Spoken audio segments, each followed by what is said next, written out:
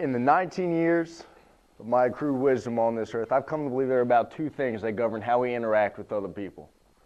One of them is self-confidence. The other is situational awareness. And God works in mysterious ways when He's handing out these talents and traits. Some people get neither, but more often what will happen is they'll get one or the other. Some people can analyze a room, so break down a situation and attack it. Other people, not so much, but they can rely on themselves. They're their own rock and foundation. Now other people, those blessed few, got both.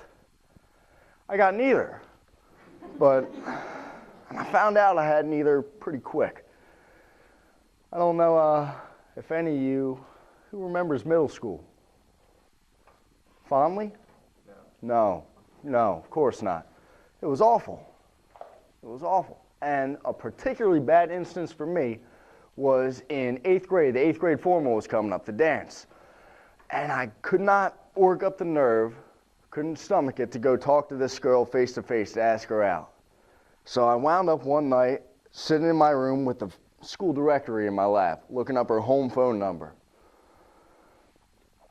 And I picked up the phone and I dialed and I hung up real quick because I was too scared. Oh well. So I dialed again, and this time she picked up. And in my shaky voice, I said, "Hey, April, it's Max. Do you want to go to the dance with me?" Now, up until this point, my family, my friends had all said, "Max, don't worry about it. The worst thing she can say is no." Wrong! No!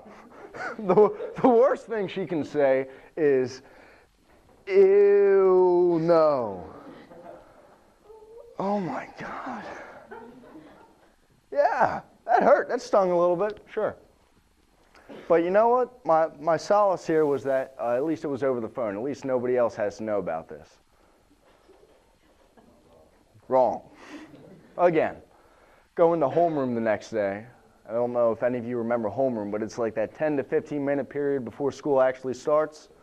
And I leaned over to my friend who was sitting next to me. I said, "Hey, I asked April out last night." He goes, "I know." Oh. Because she felt that was information that was worth sharing. Oh well. Now some of you have that look on your face like, "Max, that was middle school. We grow up, we mature, big deal."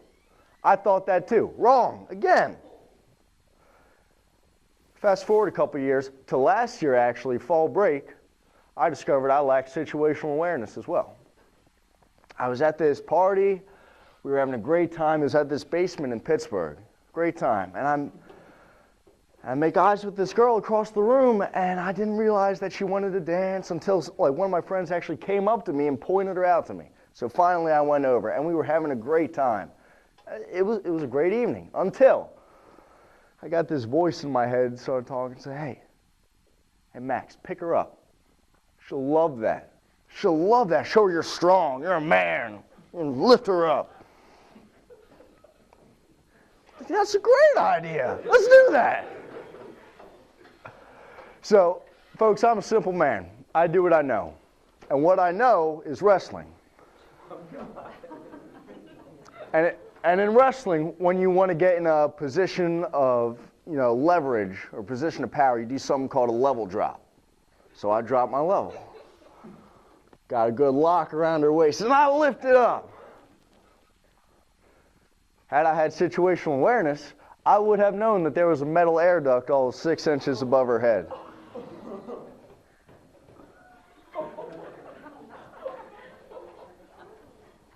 Now, I don't remember a whole lot from that night, but what I do remember is the boom sound.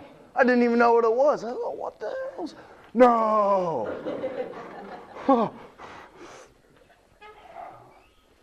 She added me on Facebook the next day, as only someone with extreme brain damage would do. That's one of those mornings when you just kind of wake up and look at yourself in the mirror. Why are you like this? I do that too often, I think. A little bit. And then it started to occur to me, why do I lack all of this when everybody else seems to just, it comes naturally to them? And I started thinking about it a little more, and I started to think about all the mistakes other people have made, my friends who have done very similar things to me. And it started to occur to me, maybe everybody else isn't so smooth, or everybody else has these gifts. Because I promise you this, for every suave gentleman, for every proper lady, there's that middle school voice telling in their head for them to do something stupid. Anybody that says they don't have that is a bold-faced liar, and they deserve an air duct to the head. That's a fact.